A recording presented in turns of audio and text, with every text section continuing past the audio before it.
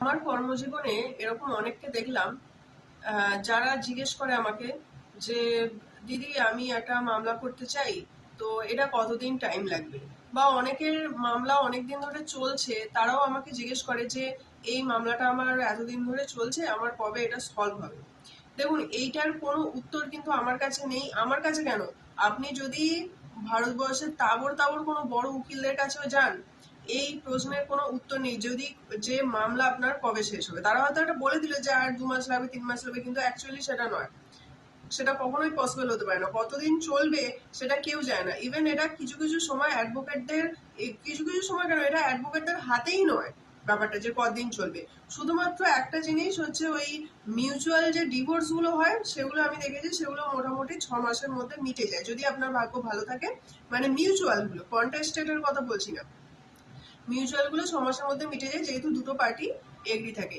তো আপনি একটা মামলা করলেন, আপনার সেই মামলাটা কতদিনের মধ্যে শেষ হবে এটা সম্পূর্ণ ডিপেন্ড করবে যে আপনি আপনার আপনি এবং আপনার আদার সাইড, আপনি যাদের এগেনস্টে করেছেন, তারা দুজনে কতটা উইলিং আছে মামলাটা শেষ করতে। অবশ্যই আপনি যদি ওদের এগেনস্টে করেন, ওরা চাইবে না মামলাটা শেষ করতে।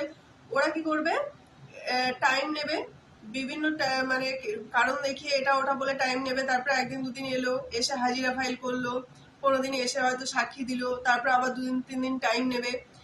এই করে করে তারা চাইবে যে মামলাটা ডিলে করতে, মানে আদার সাইডের অ্যাডভোকেট চাইবে মামলাটা ডিলে করতে। এবারে মামলা ডিলে করতে করতে যখন শেষ টাইম হয়ে যাবে, যে জাজ বলবে যে না আমি আর আপনাদেরকে এটা লাস্ট চান্স, আর কোনো টাইম দিতে পারবো না, তখন তারা আবার একটা পিটিশন কিছু ফাইল করলো বা কিছু একটা রিকলিং অ্যাপ্লিকেশন ফাইল করলো। হ্যাঁ, এইসব করে করে এদিক ওদিক করে করে তারা আপনার মামলাটাকে ড্র্যাগ করবে।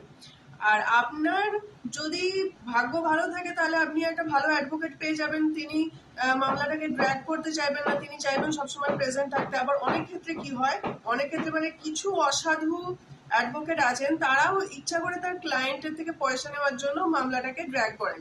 তো এগুলো যারা প্রপার অ্যাডভোকেট হয় তারা কখনোই এই জিনিসটা করেন না। কিন্তু হ্যাঁ, এটা আমি বলবো যে কিছু অ্যাডভোকেট আছে যারা আর কি মামলা ইচ্ছাকৃতভাবে ড্র্যাগ করে। তো আপনার যদি সেরকম মনে হয় যে কোনো অ্যাডভোকেট আপনার মামলাটিকে ইচ্ছাকৃতভাবে ড্র্যাগ করছে, তাহলে অবশ্যই সেই অ্যাডভোকেটের সমস্ত ফিজ আগে মিটিয়ে দেবেন। মিটিয়ে দিয়ে বলবেন যে আপনি আমাকে এনওসি দিয়ে দিন, ঠিক আছে। এনওসি নিয়ে আপনি অন্য অ্যাডভোকেট চেঞ্জ করে নেবেন। কারণ যে অ্যাডভোকেট আপনার কথা শুনবে না, তার